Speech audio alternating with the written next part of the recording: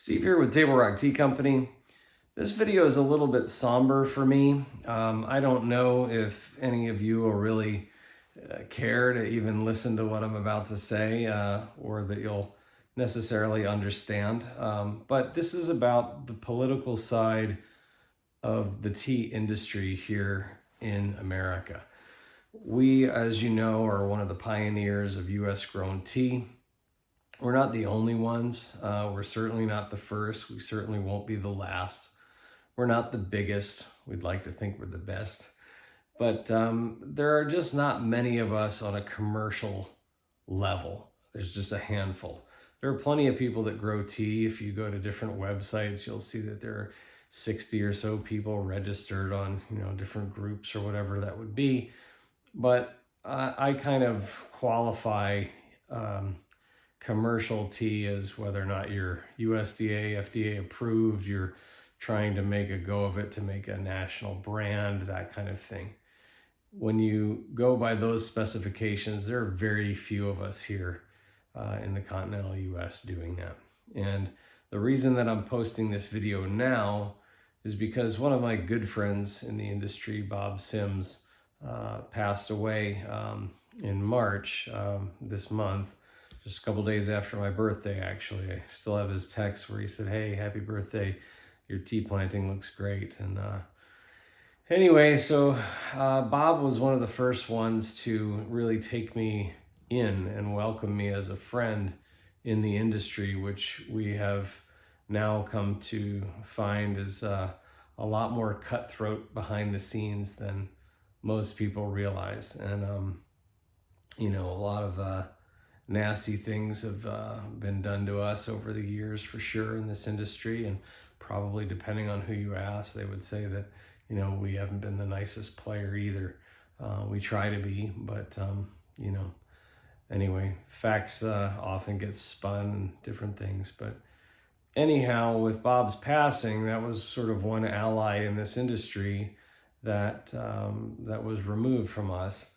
And earlier this year, Bill Hall over at Charleston Tea, which we consider our sister farm, they're on the coast and we're up in the mountains, but we are on both sides of South Carolina and belong to the same agritourism association, that kind of thing. But Bill passed away in January, and he was the second of the two co-founders to die. Mac Fleming passed away a few years back. So with Bill's passing, that was another huge thing this year. And so Charleston, of course, is owned by Bigelow, but they'll be under new management and things. And then I recently found out today, actually through a post, that one of our other allies in the industry is retiring. And so this couple is going to sell their farm, and who knows how that will go as far as their managing philosophy. Now, the reason that I bring this up is because it kind of makes us feel here at Table Rock Tea Company like we're a little bit on our own as kind of the last ones standing in the gap, so to speak, between two very radically different philosophies when it comes to US grown tea. And you wouldn't think that tea, being this nice genteel beverage where everybody sips with their pinkies up and all of that, would be as politically and socially charged as it is. But it's actually been that way from the beginning, from the 1700s, really. And this is no different.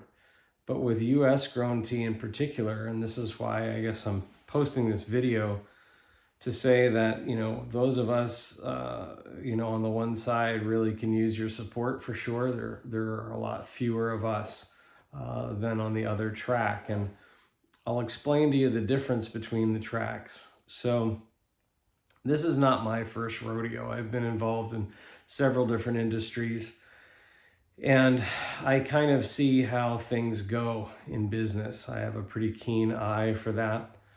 I'm a free market capitalist for sure. I'm a big proponent for small business.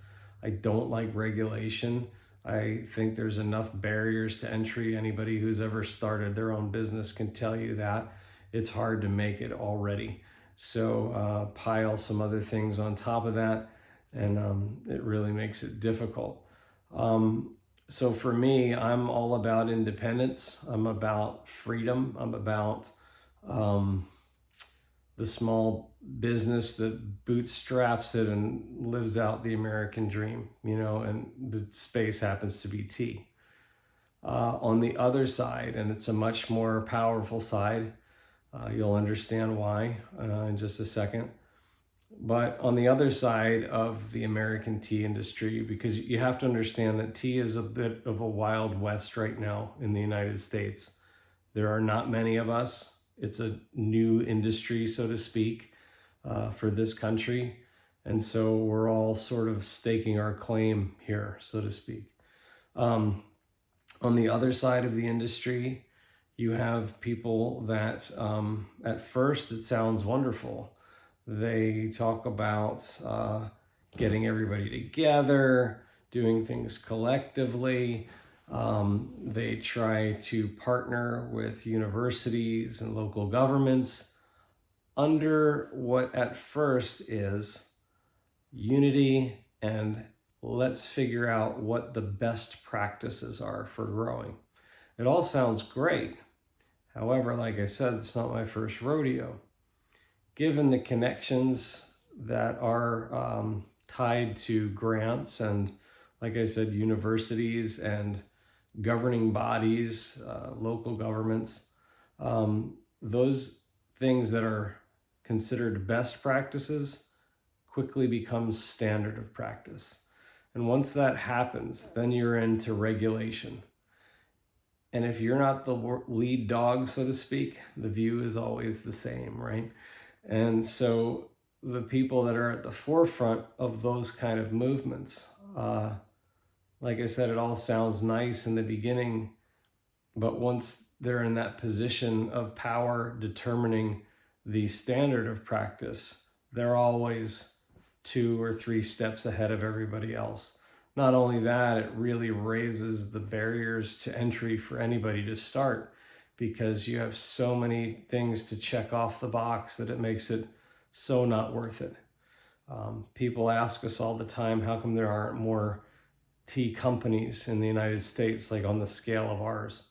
Well, we've spent almost a decade of our lives of hard labor, at least $250,000, but way more than that. I can't tell you how many times we've ponied up our life savings into this company.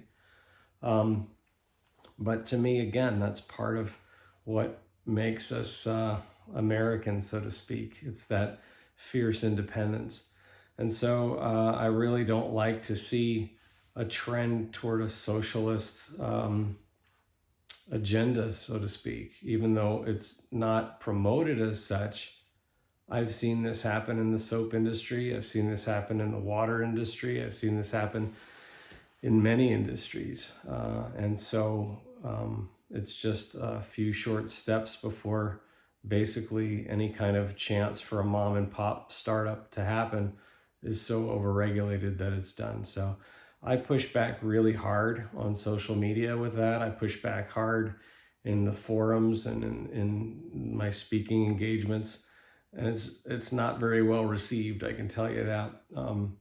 And so with the loss of these 3 allies, that's kind of a tough blow for us here at Table Rock Tea Company, because like I said, we're sort of the last ones at a commercial level trying to push forward the idea of less regulation, more independence, and just get out there and create your own brand, that kind of thing.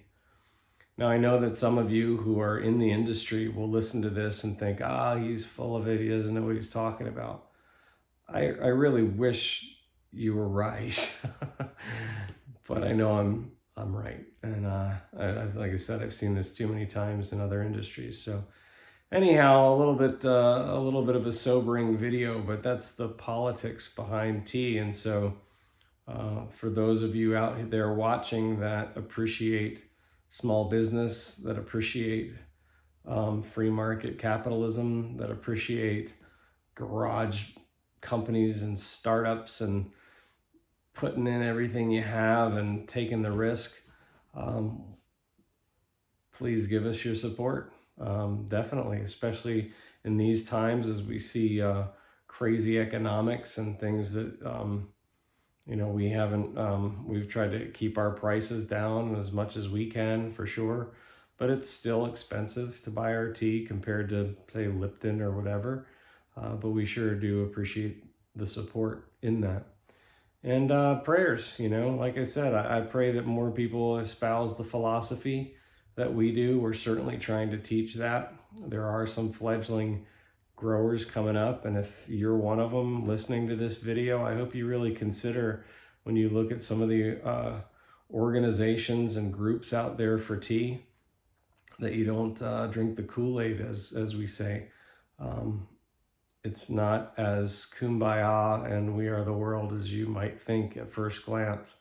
And what starts out sounding like something really great can quickly turn out to regulating you right out of your farm. So just beware of that. So again, sorry for the sobering video, and most of you guys don't need to hear that, but now you know a little bit of a glimpse behind the curtain of the US tea industry. And I'll have much cheerier videos later. So thanks for watching. Stay tuned to see what else is brewing here at Table Rock Tea Company.